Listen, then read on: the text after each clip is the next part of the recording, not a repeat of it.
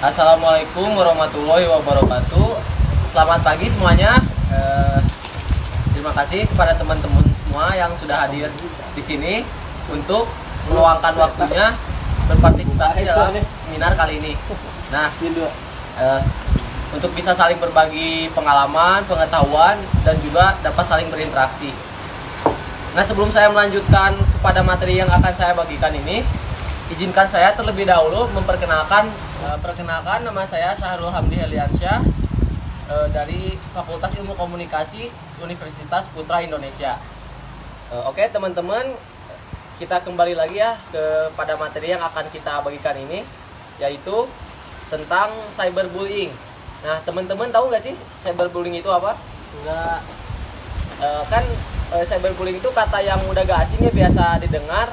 Nah, cyberbullying itu artinya yaitu kekerasan digital ya. Jadi kekerasan yang terjadi di dunia online kayak gitu. Nah, saya akan menjelaskan tentang riset-riset dulu ya. Nah, berdasarkan riset Microsoft, riset ini dilakukan dalam kurun waktu Mei sampai April tahun 2020 dengan tolak ukur Digital Civility Index atau indeks keberadaban digital. Nah, yang menunjukkan tingkat keberadaban netizen dalam dunia digital. Hasilnya sangat mengejutkan ya teman-teman, karena netizen Indonesia ini masuk ke dalam urutan 29 atau ketiga terendah sebagai netizen tidak sopan. Nah, jadi kebanyakan netizen Indonesia tuh tidak sopan ya di dunia maya. Nah, riset ini juga dilakukan di 32 negara dengan jumlah total 16.000 responden dengan 503 netizen Indonesia. Nah, untuk Indonesia sendiri, ketiga tindakan cyberbullying yang paling sering dilakukan oleh netizen Indonesia yaitu yang pertama ada penyebaran hoax dan penipuan sebanyak 47%, ujaran kebencian sebanyak 27%, dan juga diskriminasi 13%. Nah, tindakan ini dilakukan oleh 48% orang asing dan terjadi dalam 1 minggu. Nah, hasil survei yang kedua yaitu dilakukan oleh YouReport Indonesia.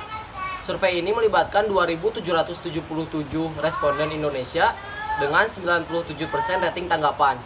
Hasilnya adalah 45% orang yang mengaku pernah mengalami kekerasan digital.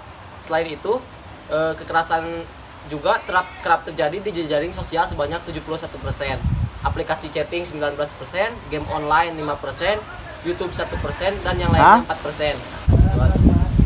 Nah, data lain juga mengungkapkan bahwa 39% netizen merasa pemerintah adalah pihak yang paling bertanggung jawab atas kasus-kasus yang terjadi di Indonesia ini. Nah, diikuti 19% sekolah, 14% penyedia layanan internet, dan 36% anak muda. Nah, untuk informasi tambahan, menurut laporan Polda Metro Jaya terdapat setidaknya 25 kasus yang dilakukan setiap harinya. Nah, angka ini terus meningkat karena meningkatkan jumlah pengguna internet dan penanganan kasus cyberbullying yang masih belum efektif. Dari ketiga riset dan survei tersebut, saya merangkum kesimpulan menjadi Indonesia ini kan menempati ranking ke-29 dalam hal ketidaksopanan di dunia maya. Dengan tolak ukur semakin rendahnya ranking, semakin tinggi tingkat ketidaksopanannya. Selanjutnya yaitu ada bentuk-bentuk cyberbullying. Bentuk cyberbullying yang pertama itu ada impersonation, yaitu penyamaran atau peniruan seperti fake akun. Nah, kan teman-teman juga pasti pernah ya membuat akun palsu untuk ya menipu orang lain, untuk mencuri foto atau identitas orang lain. Dengan itu ada flaming. Nah, tindakan intimidasi yang bertujuan untuk memprovokasi orang lain dan menyinggung korban, biasanya berbentuk kata-kata kotor dan penghinaan. Yang selanjutnya itu harassment, yaitu pelecehan yang dilakukan dengan adanya gangguan-gangguan seperti ancaman dan penyebaran konten yang tidak senonoh atau secara terus-menerus. Jadi kayak dia tuh punya aib orang lain, nah disebarkan kayak gitu. Yang selanjutnya yaitu denigration, yaitu pencemaran nama baik, merupakan perilaku mengumbar atau menyebarkan fitnah dengan tujuan untuk merusak citra dan reputasi orang lain. Selanjutnya, cyber stalking. Nah, cyber stalking ini adalah perilaku menguntit seseorang biasanya disertai ancaman, pelaku akan terus menghantui korban hingga keinginannya tercapai atau lelah dengan sendirinya. Yang terakhir yaitu outing and trickery, yaitu mengirim atau memposting dan meneruskan komunikasi atau gambar pribadi yang mengandung informasi pribadi yang ditujukan untuk mempermalukan targetnya. Nah, kan pasti teman-teman juga penasaran nih, kenapa sih cyberbullying ini bisa terjadi? Nah, ada teman-teman penyebabnya, yaitu menurut Kowalski, Limber dan Agaston, terdapat beberapa alasan seseorang untuk melakukan cyberbullying, yaitu penyebab terjadinya cyberbullying itu yang pertama ada sebagai bentuk pembalasan atau penindasan yang diterima oleh pelaku bully itu yang dulunya itu dia tuh dibully, nah pengen ngebales orang lain, jadi dendam karena dia pernah dibully waktu dulu. Yang kedua tuh ada mencari kesan keren dan kuat, jadi dia tuh ngebully orang lain tuh bukan karena apa-apa tapi pengen kelihatan keren dan kuat dilihat orang lain tuh. Nah, yang ketiga yaitu dipicu iri kepada orang lain yang akan dijadikan target bulinya, jadi dia tuh iri sama orang lain. Nah, dengan dia itu iri itu dia ingin memperlakukan korbannya tuh tidak baik, jadi karena dia itu iri.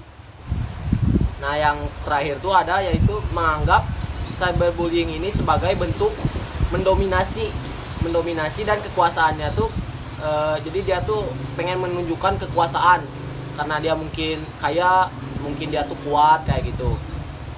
Nah, selanjutnya ada karakter cyberbullying. Jadi cyberbullying itu ada karakternya. Yang pertama tuh willful, yaitu disengaja. Nah, perilaku ini disengaja dan sudah memiliki suatu tujuan tertentu. Jadi ngebulinya tuh dia tuh udah sengaja, udah mempunyai tujuan dari awal. Nah, yang kedua tuh ada harm, yakni membahayakan.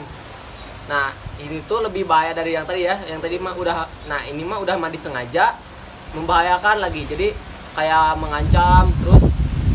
Nah, cyberbullying ini mempunyai dampak yang negatif. Yang pertama yaitu secara mental ya, adanya perasaan malu, bodoh, bahkan marah kepada diri sendiri maupun orang lain. Nah, bukan hanya itu, ada juga yang bisa menarik diri dari lingkungan, tiba-tiba dia misalkan jarang terlihat dan lebih suka menyendiri, bahkan bisa sampai ke percobaan bunuh diri. Nah, yang kedua itu secara emosional, hilangnya minat terhadap suatu hal. Mungkin ada beberapa di antara teman-teman kalian yang pernah menjadi korban bullying. Nah, dia tuh awalnya aktif, lama-kelamaan dia tuh malah menjadi murung dan sensitif. Nah, itu mungkin dia tuh pernah dibully atau apa. Yang selanjutnya itu secara fisik, biasanya tuh bermula dari overthinking terhadap masalah yang dihadapi, kemudian menjalar ke tidur terus-menerus, malas makan, bahkan stres dan depresi. Nah, tanpa sadar kan ini juga bisa menyebabkan sakit. Nah, adapun cara mencegah dan mengatasi terjadinya cyberbullying ini, nah saya di sini akan coba menjelaskan ya. Yang pertama tuh pengawasan orang tua pada anak dalam bermain sosial media. Nah, peran orang tua di sini tuh sangat penting ya, karena orang tua tuh sebagai tembok pertama dalam bermain sosial media. Nah, yang kedua ada bijak dalam menggunakan sosial media. Jadi kita harus tahu teman-teman tuh, jadi kalau misalkan mau posting atau mau mengkomentari sesuatu tuh harus dipikir-pikir dulu. Nah, ini teh benar apa salah kayak gitu. Nah, yang selanjutnya itu setting sosial media akun teman-teman tuh dengan private akun. Nah, kan biasanya ada nih di IG kayak gitu, ada private akun. Nah, kalau misalkan teman-teman nggak mau keganggu sama orang lain atau nggak mau risih, nah bisa teman-teman aktifin private akunnya. Yang selanjutnya yaitu ya tadi, ingat apapun yang kamu posting dapat dibagikan. Jadi kamu posting apapun itu tuh bakal bisa dibagikan oleh orang lain ke seluruh dunia dengan cepat. Yang selanjutnya ya kenali akun palsu, yang tadi akun fake. Selanjutnya bersihkan kontak pertemanan kamu di sosial media. Jadi misalkan friend list kamu tuh ada, misalkan friend list teman-teman ada yang orang-orangnya tuh ngeganggu apa-apa, ya blok aja atau unfriend aja daripada membuat risih. Yang selanjutnya ya tadi, blokir siapa saja yang mengganggu kamu. Kalau misalkan udah gak bisa ditoleransi nih, teman-teman tuh punya teman misalkan dia tuh toksis parah atau apa, nah blokir aja daripada teman-teman terkena dampaknya. Yang terakhir yaitu lindungi identitas teman-teman. Jadi identitas teman-teman tuh jangan disebarkan, jangan gampang tertipu. Misalkan memasukkan apa-apa tuh jangan asal ya, karena identitas teman-teman itu bisa dipergunakan oleh orang lain dan menyebar ke seluruh dunia dalam hitungan detik saja. Nah, oke teman-teman, sekalian mungkin hanya itu saja yang bisa saya bagikan kepada teman-teman mengenai cyberbullying dan juga cara mengatasinya itu sendiri. Nah, sekali lagi saya ucapkan terima kasih kepada teman-teman semua yang sudah menyimak apa yang sudah saya sampaikan.